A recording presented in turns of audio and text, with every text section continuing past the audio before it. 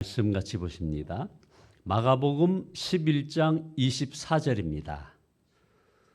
마가복음 11장 24절 말씀, 한 절 말씀 우리 같이 합독하시겠습니다. 신약성경 74쪽 마가복음 11장 24절입니다. 시작. 그러므로 내가 너에게 말하노니 무엇이든지 기도하고 구하는 것은 받은 줄로 믿으라. 그리하면 너희에게 그대로 되리라. 아멘. 함께 인사 나누시겠습니다. 믿음으로 기도합시다. 아멘. 오늘 설교 제목은 믿고 기도하고 믿읍시다 라는 제목입니다. 계속 사순절 기도 시리즈를 진행하고 있습니다. 첫째가 하늘의 권능이 임하는 기도라는 제목으로 말씀 올렸고요. 두 번째는 무엇이든지 기도로 판단하라 하는 제목으로 역시 기도 시리즈를 이어갔습니다. 그리고 어제는 사랑으로 기도하라 라는 제목으로 말씀을 올렸습니다. 오늘은 이제 믿고 기도하고 믿으라 하는 제목으로 마가복음 11장 24절의 이 말씀을 소개해 올리겠습니다. 우리 모두는 교회 부흥을 갈망합니다. 그래서 부흥을 위해서 기도합니다. 기도하는 우리에게 꼭 필요한 것이 있습니다. 그것은 바로 믿음입니다. 하나님께서 우리에게 대부흥을 주실 줄 믿는 것입니다. 예수님께서 제자들에게 오늘 우리가 읽은 본문 말씀처럼 당부를 하셨습니다. 마가복음 11장 24절에 그러므로 내가 너희에게 말하노니 무엇이든지 기도하고 구하는 것은 받은 줄로 믿으라. 그리하면 너희에게 그대로 되리라. 이 순서가 분명합니다. 기도하고 구하는 것을 받은 줄로 먼저 믿으라는 겁니다. 믿으라는 표현에는 우리의 표정이나 우리의 언어를 통해서 선포하는 거죠. 그리고 관계를 그렇게 이어가는 겁니다. 그리하면 그대로 기도한 대로 되리라고 예수님께서 말씀하신 이 말씀은 당시 제자들에게 당부한 말씀이지만 오늘날 저와 여러분에게도 당부한 그 말씀 그대로인 겁니다. 그런데 여기에 문제가 있습니다. 우리들은 기도를 하고 금방 좌절하는 겁니다. 언제 성령의 역사가 나타나죠? 하고 반문을 합니다. 왜 기도 응답이 없을까요? 여전히 저 기도가 잘 안 돼요. 그리고 병 낫기를 위해서 기도하는데 아무런 차도가 없는 것 같아요. 자, 우리는 어느 순간 하나님보다 눈에 보이는 것을 더 믿고 있습니다. AD 300년 경에 대충 한 358년 정도라고 잡습니다. 어거스틴이 있습니다. 이 성 어거스틴이 하나님의 도성이라고 하는 유명한 책을 썼습니다. 이 책은 완전 고전이고 우리 신학을 공부하는 사람들에게는 필독서이죠. 한 10번 정도 읽은 것 같습니다. 저도. 주 313년에 콘스탄틴 대제가 이제 그 유명한 밀라노 칙령을 선포해서 로마가 드디어 기독교 국가가 되었습니다. 이젠 핍박 없이 자유롭게 예수님을 믿을 수 있게 되었다 이겁니다. 그런데 이 로마가 야만족인 게르만족에게 멸망을 당한 겁니다. 아니 이제 이 하나님 나라가 막 선포가 되고 자유롭게 예수님을 믿게 돼서 너무너무 반가웠고 그래서 주님의 명령을 지키기 위해서 온 세계 복음을 전가하려고 했던 그 초기 기독교인들에게는 정말 이해할 수 없는 문제가 생긴 겁니다. 어거스틴도 역시 이 점을 이해할 수가 없었습니다. 어찌하여 믿는 성도가 믿지 않는 저 야만족들, 게르만족에게 멸망당할 수 있는가? 그러나 시간이 흐른 후에 하나님의 놀라운 섭리를 발견하였습니다. 어거스틴은 로마를 정복한 그 게르만족이 그리스도인으로 변화가 된 것입니다.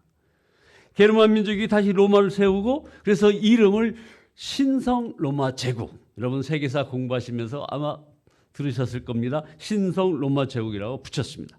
어거스틴은 로마의 멸망을 통해서 더 큰 하나님의 그 나라를 세워가시는 하나님의 역사를 보고 감탄을 했습니다. 인간의 눈으로 볼 때는 하나님의 나라가 무너진 것 같지만 무너진 것이 아니라 더 큰 것을 세우기 위한 하나님의 섭리가 여기에 드러난 것입니다. 보십시오. 우리가 소위 말해서 코로나 이후 포스트 코로나 우리 한국교회에 정말 심대한 타격을 끼쳤습니다. 그러나 그것이 더 큰 부흥을 위한 불씨가 될 것입니다. 문제는 그것을 믿느냐 하는 것입니다. 여러분, 우리에게 가장 귀한 은혜인 구원은 어떻게 받았습니까? 전적으로 믿음으로 받지 않았습니까? 누군가 예수님을 믿고도 구원받았음을 의심하면 구원받았음을 믿으세요라고 우리는 말을 해줄 것입니다. 두 번째 보십시오. 성령의 충만. 이거 어떻게 우리가 그걸 받아들입니까? 이건 어떤 노력이나 자신의 공로로 이룰 수가 없는 것입니다. 역시 그것을 믿어야 하는 것입니다. 어제 여러분에게 사랑으로 기도합시다 했습니다. 사랑, 어떻게 사랑을 합니까? 물론 단서 조항이 있죠. 서로 사랑하라. 그러나 거기에 숨으면 안 됩니다. 근데 그 사랑을 어떻게 합니까? 믿음으로 해야 하는 것입니다. 많은 그리스도인들이 은밀한 죄와 싸움에서 좌절합니다. 이게 가장 큰 그 믿음의 시련이죠. 안 된다, 못하겠다 이렇게 생각하죠. 성경은 우리가 예수 그리스도를 믿어 죄에게 종로를 하지 않게 되었다고 이미 로마서 6장 6절에서 선포하고 계십니다. 우리가 알거니와 우리의 옛사람이 예수와 함께 십자가에 못 박힌 것은 죄의 몸이 죽어 다시는 우리가 죄에게 종로를 하지 아니하려 함이니. 그러나 실제로 우리가 믿지를 못합니다. 여전히 죄에 넘어져 버립니다. 현실에 있어서 우리는 여전히 죄의 세력에 눌려 지냅니다. 그것은 죄의 힘이 크고 저와 여러분이 약해서 그런 거 아닙니다. 죄에서 해방되었음을 완전 믿지 못하기 때문에 그런 겁니다. 그래서 아주 조그만 유혹 앞에서도 그저 맥없이 육체의 욕망을 따라서 그냥 가고 마는 겁니다. 여기서 우리가 할 일은 우리 자신이 더 이상 죄의 권세 아래 있지 않음을 이것을 확실하게 믿는 겁니다. 그래서 로마서 6장 11절은 이렇게 말씀합니다. 이와 같이 너희도 너희 자신을 죄에 대하여는 죽은 자요 그리스도 예수 안에서 하나님에 대하여는 살아있는 자로 여길지니라. 결국은 죽어야지 이것이 아니라 이겁니다. 이미 죄에 대해서 우리가 죽었음을 믿어야 한다는 겁니다. 여기에 믿음이 나갑니다.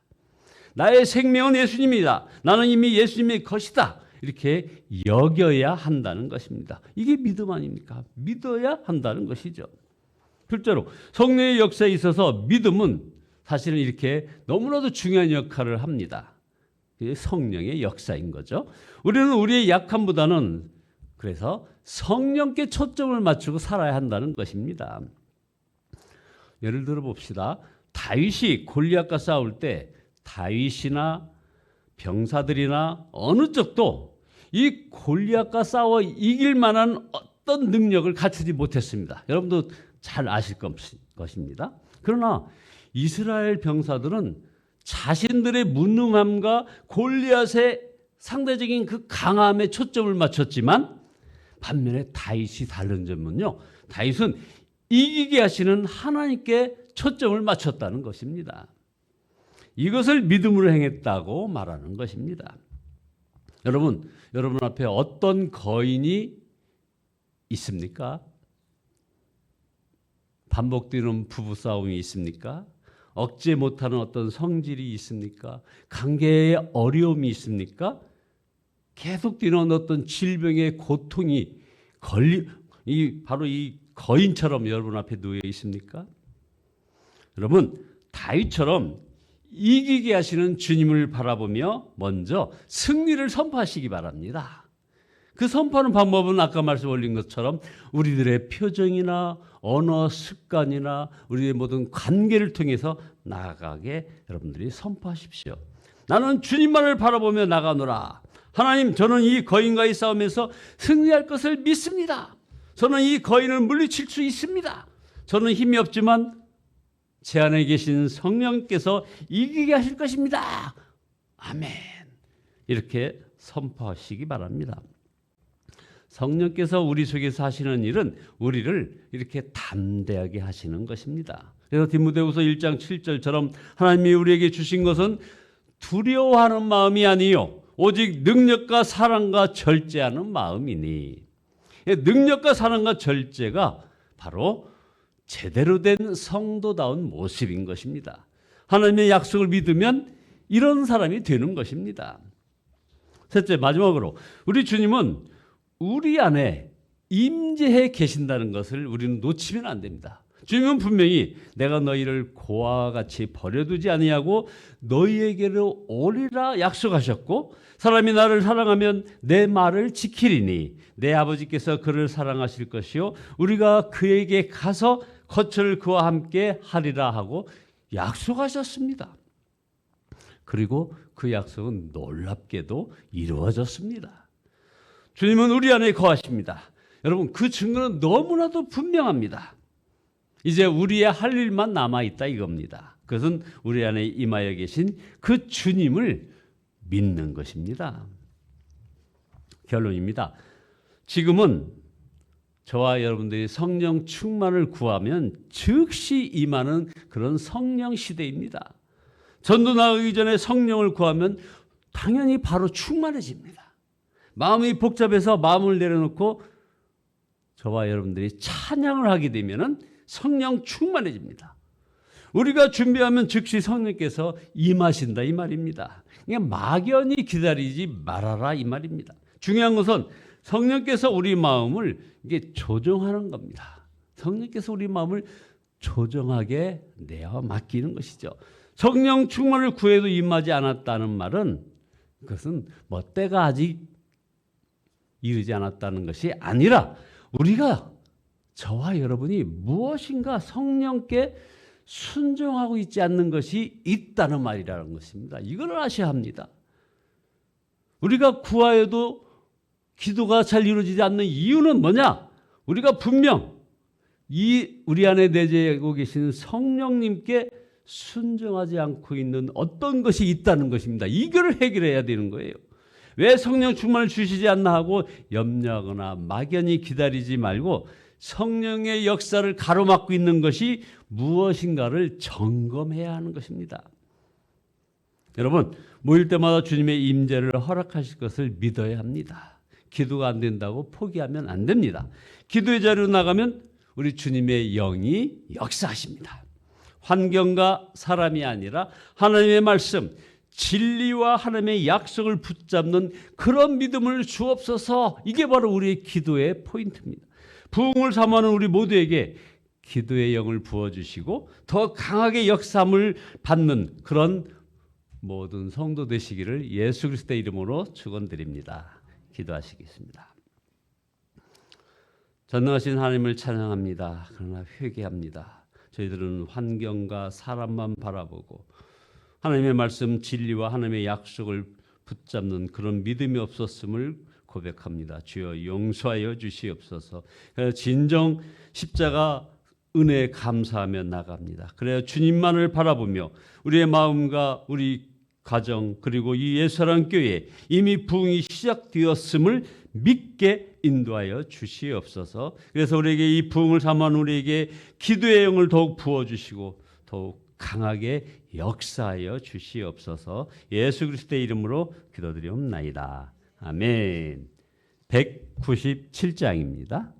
197장입니다.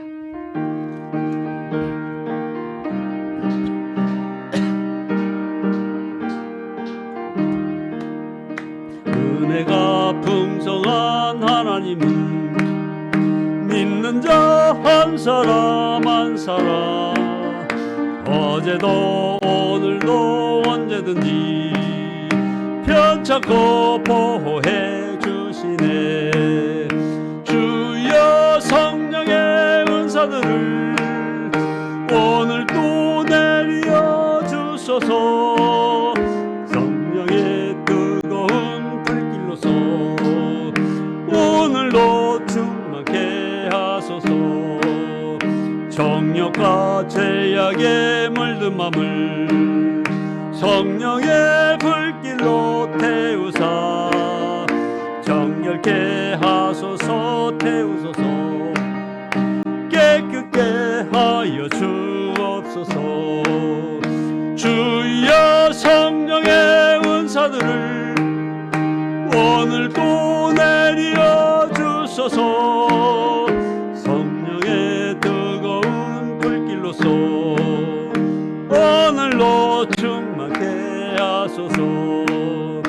희생의 제물로 돌아가신 어린 양 우리 주 예수여, 구속의 은혜를 내리시사 오늘로 구원해 주소서. 주여 성령의 은사들을 오늘도 내려 주소서. 성령의 뜨거운 불길로서 오늘도 충만케 하소서. 주님의 기쁘신 은혜만을 세상에 널리 전하리니 하늘의 능력과 권세로서 오늘로 입혀 주옵소서. 주여 성령의 은사들을 오늘도 내려 주소서. 성령의 뜨거운 불길로서 오늘로 충만케 하소서. 아멘. 주여 삼창하시고 통성으로 기도하시다가 돌아가십니다.